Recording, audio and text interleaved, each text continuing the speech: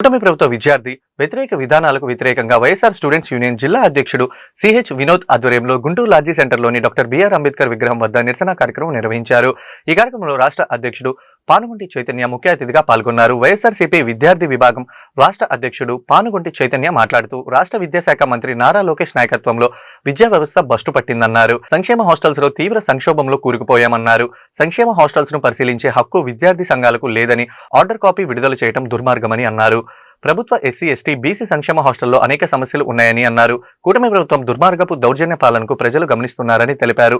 విద్యాశాఖను సక్రమంగా నిర్వర్తించలేని నారా లోకేష్ తక్షణమే రాజీనామా చేయాలని డిమాండ్ చేశారు. విద్యార్థుల సమస్యలను పరిష్కరించే వరకు విద్యార్థుల పక్షాన వైఎస్ఆర్ కాంగ్రెస్ పార్టీ పోరాటం చేస్తుందని స్పష్టం చేశారు. డాక్టర్ బిఆర్ అంబేద్కర్ రచించిన రాజ్యాంగాన్ని మనందరికీ అందించడం జరిగింది.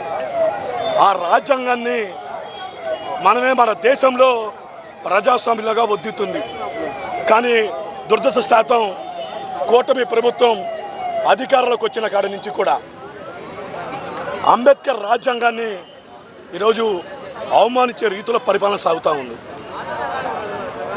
ఈరోజు సకల శాఖ మంత్రిగా ఉన్న నారా లోకేష్ గారు అంబేద్కర్ రాజ్యాంగాన్ని పక్కన పెట్టి తనకంటూ తను సొంత రాజ్యాంగం రెడ్ బుక్ రాజ్యాంగం తయారు చేసుకో ఉన్నారు.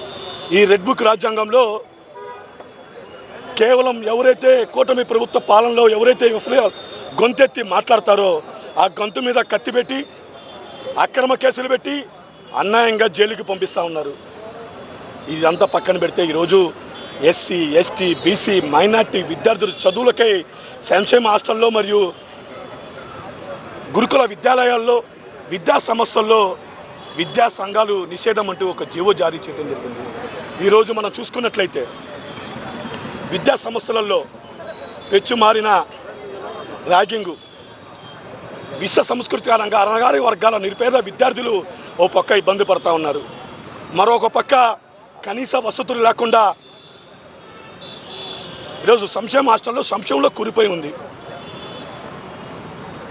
కడుపు నిండా తిండి లేక, కంటి నిండా నిద్ర లేక నాతన యాత్రన పడుతున్నారు ఈరోజు విద్యార్థులు. స్వయంగా నేను కళ్ళారా చూడటం జరిగింది. విద్యార్థులు ఎవరిని అడగాలి? అధికారులు ఎవరైనా అడిగితే, విద్యార్థులపై అడిగితే, ధైర్యం చేసి అడిగితే ఎవరైనా అధికారులు విద్యార్థులకు సమాధానం చెప్తారా? ఈ నేపథ్యంలో ప్రజాస్వామ్య ప్రభుత్వాన్ని పరిశీలించే గురుతర బాధ్యత ఒక విద్యా సంఘాలకే ఉంది. విద్యా సంఘాలు వెనుకున్న ప్రధాన ఆవశ్యకత కూడా ఇదే. కానీ ఈరోజు కూటమి ప్రభుత్వం విద్యా సంఘాల మీద దెబ్బతినే కుట్ర పొందుతూ ఉంది. అందులో భాగంగానే ఈరోజు సంక్షేమ హాస్టల్లో కానివ్వండి, విద్యా సంస్థల్లో విద్యా సంఘాలు నిషేధం అంటూ దుర్మార్గంగా ఈరోజు నారా లోకేష్ గారు బిహేవ్ చేస్తున్నారు. నారా లోకేష్ గారిని ఈరోజు నేను ఒకటే అడుగుతూ ఉన్నా, ఎందుకని నిషేధించామని అడుగుతూ ఉన్నా. అంటే మీ అసమత పాలన బయటపడుతుందనా, లేకపోతే కూటమి పాలనలో విద్యార్థులు పడుతున్న కష్టాలు ప్రజలకు తెలుస్తాయనా?